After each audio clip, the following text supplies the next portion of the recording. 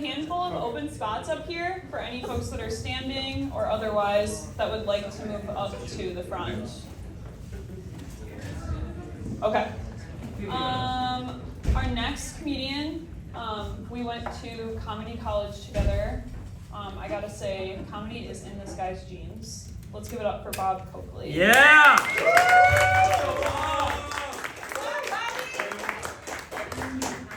Keep it going for Liz. She put this whole thing together. If it wasn't for her, most of us wouldn't be here, except for TJ. TJ, it's 2026. If a duck wants to be a swan, who gives a fuck? Go be yourself. I don't give a shit. If you don't infringe on my rights, my ability to be a swan, be a swan. I don't care. Woo! Yeah. I'm Bob. I'm 56. I'm originally from Boston. And I know I'm not supposed to, I look like this, but I'm not supposed to say, go be yourself. But I just fucking did, okay? Go be yourself. When I was a kid, a lot of my friends played house. We were so poor, we played apartment. It's a fun game. So one person plays the landlord. They knock on the door. Everyone yells back, "Check's in the mail!" I feel like we played that at least a dozen times a year. Once a month for sure. So I was raised in a working class Irish Catholic family. Anybody else going to hell? Yeah. Right? Working class Irish Catholic. Anything you do wrong, you're going to go to hell. Well, hope to see you guys there. But growing up, we were poor, but we loved Jesus. Now, I don't blame Jesus for us being broke. I know how busy he was helping all the athletes win championships. And we didn't mind that we couldn't have Captain Crunch so the Celtics could win another title. Yeah. Plus, we had Colossal Crunch, the store brand. It had half the sugar and none of the taste. But my mom convinced us it was better. She told us, when you eat Captain Crunch, you have to salute after every bite because the captain outranks you. When we got older, she said the same thing about Captain Morgan. But I'm a lapsed Catholic now, so that means I only go to church when my mom's in town. I've done the math, and in my lifetime, I've been to Mass more than 1,200 times. That totals up to 16 bottles of church wine, 900 naps, and 1,200 silent but deadlies. You can't make a grown man sit, stand, and kneel that much and expect zero emissions. At some point along the way, though, I feel like I probably should have went to confession. Bless me, Father, for I have sinned. I crop dusted the entire 10:30 Mass. When I take my mom to church now, I pretend like I know everybody. You know, like I'm shaking hands, I'm waving to people across the church. It's like I'm running for office. I don't know anybody there.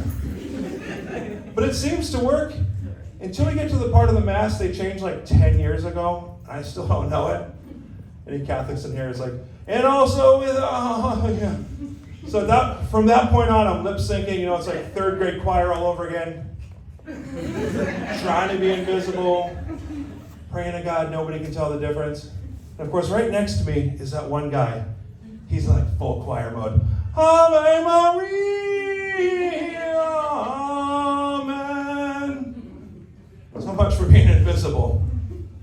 And that's why I lip sync. Speaking of being invisible, do you think the person who came up with the saying, "Don't judge a book by its cover," ever met anybody with a mullet? I mean, just making sure, okay, I'm safe. I mean, you see somebody with a mullet, you kind of know who they voted for, right? I'm not trying to be political. You see someone driving a Prius, you kind of know who they voted for too. Now, a man with a mullet driving a Prius, that's some third-party shit. That, my friends, is an enigma. And for those with a mullet, enigma means something strange or mysterious.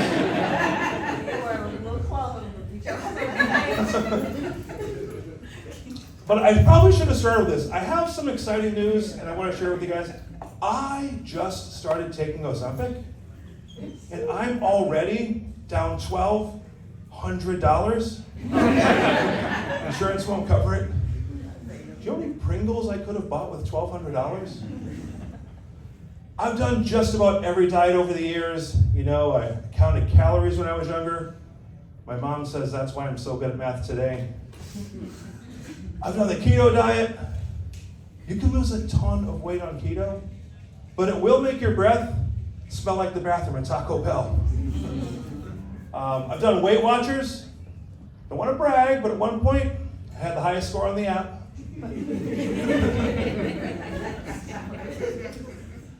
I was thinking about doing another diet before I did the Ozempic, and so I came across this Reddit thread. It was talking about some new celebrity diets.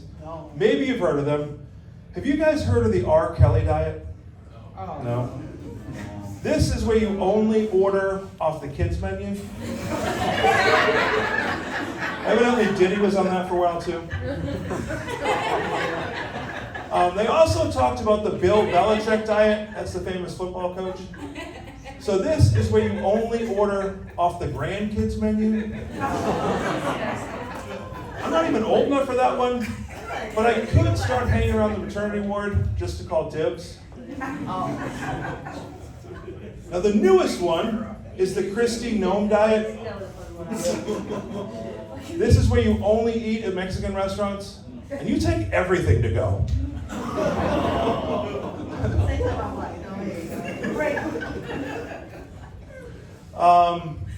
I've been married for 23 years. Thank you, yeah. A life sentence is 25 years. I'll let you do the math. But the other night, my wife said something terrifying. We're lying in bed, we're watching TV, and she hits me with, "If you really loved me." Guys, nothing good has ever followed us in.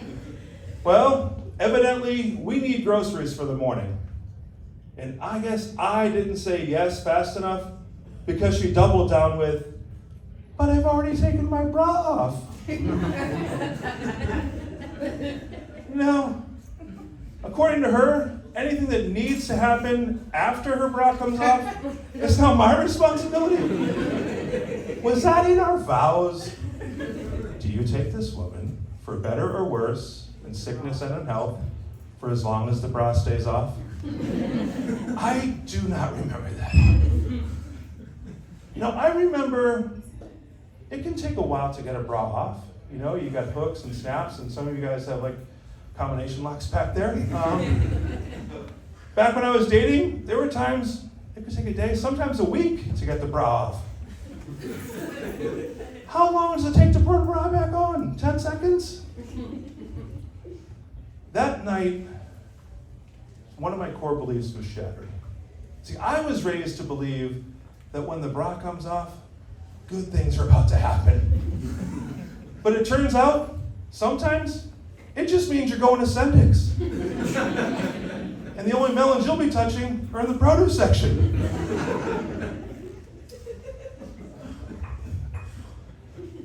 But I am excited that we have springtime weather again. Yeah. The only thing now is I have to cut the grass every week. And that means I have to see a lot more of my neighbor, Chad. He's not a bad guy. It's just that when Chad cuts the grass, he always takes his shirt off. This one Saturday, we're both out there cutting the grass, and I noticed a suspicious number of women walking around the neighborhood. So I mentioned this to my wife, and she's like, "Oh yeah, there's a neighborhood Facebook group. Whenever Chad's out there, someone will post, quote, 'Great day for a walk, ladies.'" Just like that, every middle-aged woman in a half-mile radius is now getting those steps in. So I dropped a few pounds, was feeling pretty confident. I thought, what about me? So that next Saturday, I took my shirt off, I went out there, and I started cutting the grass. Woo!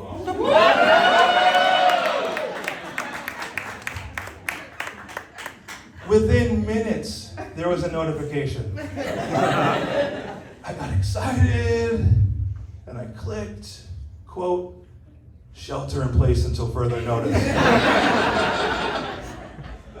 Now, in fairness, once I was done, my wife did post the all clear. And that's how I became the first person to ever get a fence approved by the Homeowners Association. They said it qualified under the community service exemption. I'm Bob Coakley. You guys have been great. Thank you again for coming.